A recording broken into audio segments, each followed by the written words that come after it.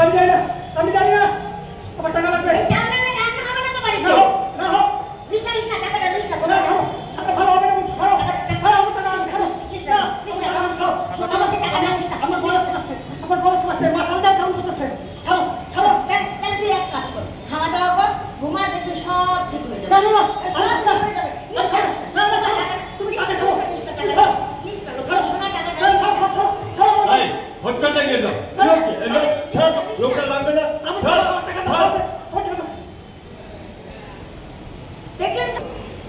তাহলে আর আমি কি বলি বলো, তাহলে তো আর বলার মতো কিছুই নেই। তাহলে তোমরা একটা কাজ করো, যদি কিছু করানো যায়, তাছাড়া তো আর কোনো বিকল্প রাস্তা আমি দেখছি না।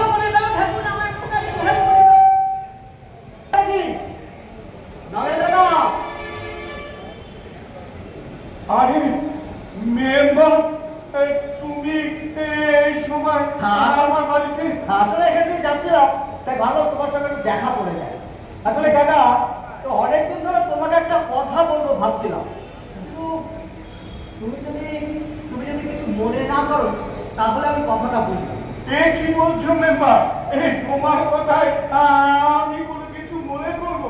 না না না না, তুমি বলো বলো। আমি নামটা এই কিছুদিন যাবত দেখছি তোমার ছেলেটা বাকিদের আম্বাগানে বসে ওই কিছু অচেনা ছেলেদেরকে নিয়ে প্রতিদিন যেন কিছু নেশা করছে।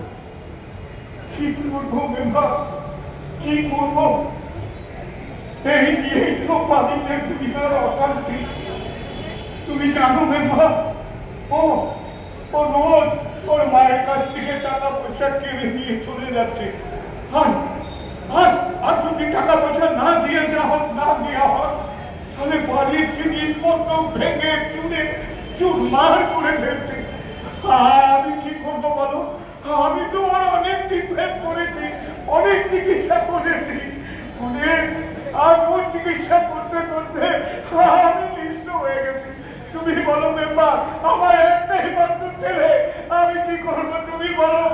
সেটা আনার জন্য সেটা খোকা হাতে নিয়ে চলে গেছে। সে কি? তাহলে চালাবো কি করে? এই দেখো ব্যাপার, দেখো বাড়িতে টাকা রেখেছিলাম, চালাতো বলে সে টাকাটাও নিয়ে চলে গেছে। আমার সহ্য হয় না ব্যাপার, আমি পাগল হয়ে যাবো, আমি পাগল। আমি আর পারছি না, আরে মন খারাপ করো না।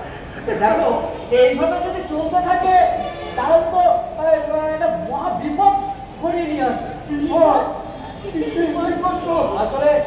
আসলে দেখো তোমার একটা মাত্র ছেলে যেভাবে নেশা করছে তাতে তোমার ওই অঙ্গ প্রত্যঙ্গগুলো একটু শেষ হয়ে যাবে। তাই আমি বলি কি, তুমি বরঞ্চ ছেলেকে একটু বোঝাও, এরকম প্রয়োজন যদি হয় না একটা ভালো ডাক্তার দেখো, আমার দ্বারা যা তোমার হেল্প হবে, যা সাহায্য লাগে আমি করবো। হ্যাঁ, আমি তাহলে আসি এখন।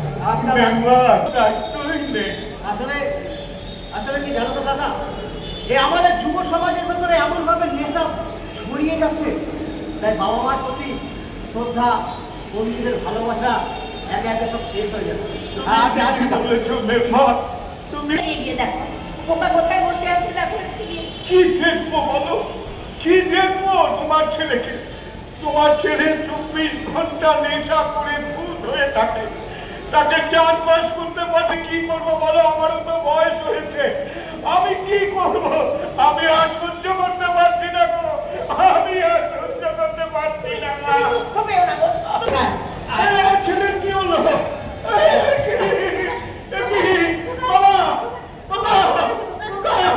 আরে আসলে শোনো, ওই বড় রাস্তার পাশে পড়েছিল, তাই ভাবলাম যদি কোনো দুর্ঘটনা ঘটে তাই নিয়ে এসে বাড়িতে দিলাম। শোনো দাদা, পারলে একবার হসপিটালে নিয়ে গিয়ে ডাক্তার দেখো। খোকা কথা বলছে না কেন? আমার খোকা কথা বলছে না, খোকা কথা বলছে না, খোকা চোখ খুলছে না গো। আরে ওর সঙ্গে ড্রাগসও নিয়েছে। ড্রাগস? মেম্বার, এই ড্রাগসের নেশা কি খুব ভয়ানক নেশা? সমস্ত নেশাই খতরনাক। কি বলছো? নেশা মানে হচ্ছে সর্বনাশ। বাবা, জানো দাদা, জানো এই নেশার জন্য অনেক পরিবার শেষ হয়ে গেছে, আর্থিক অনটন, মানুষের ভেতরে কারো ভেতরে সমস্ত কিছু চলে গেছে। জানো, যারা আমাদের জেলা পুলিশ থেকে ওই শুদ্ধিকরণ শুরু করেছে এই সমস্ত ব্যাধি থেকে এই মানুষগুলোকে মুক্তি দেওয়ার জন্য। এই নেশার জন্যই আমাদের ঘরের অল্প অল্প বয়সের ছেলেরা অসুস্থ হচ্ছে। আপনাদের তাদের সঙ্গে ভালো ব্যবহার করুন। আসলে নেশা করতে করতে আমাদের ভিতরে এমন ভাবে পৌঁছে গেছে। আর এই নেশা কোনো যার ধর্ম থেকে আসে না, সকল ধর্মের ভেতরে এই নেশা যেন বিস্তারিতভাবে এগিয়ে যাচ্ছে। তাই অনুরোধ, যদি কাউকে আপনারা নেশা করতে দেখেন অবশ্যই তাকে বোঝান, প্রয়োজনে প্রশাসনের সাহায্য নিন। মনে রাখবেন, প্রতিদিন এই নেশার জন্য হাজার হাজার মানুষ অসুস্থ হয়ে পড়ছে, মৃত্যু পর্যন্ত হচ্ছে। তাই আমাদের জেলা পুলিশের পক্ষ থেকে এই শুদ্ধি জীবনের যত্ন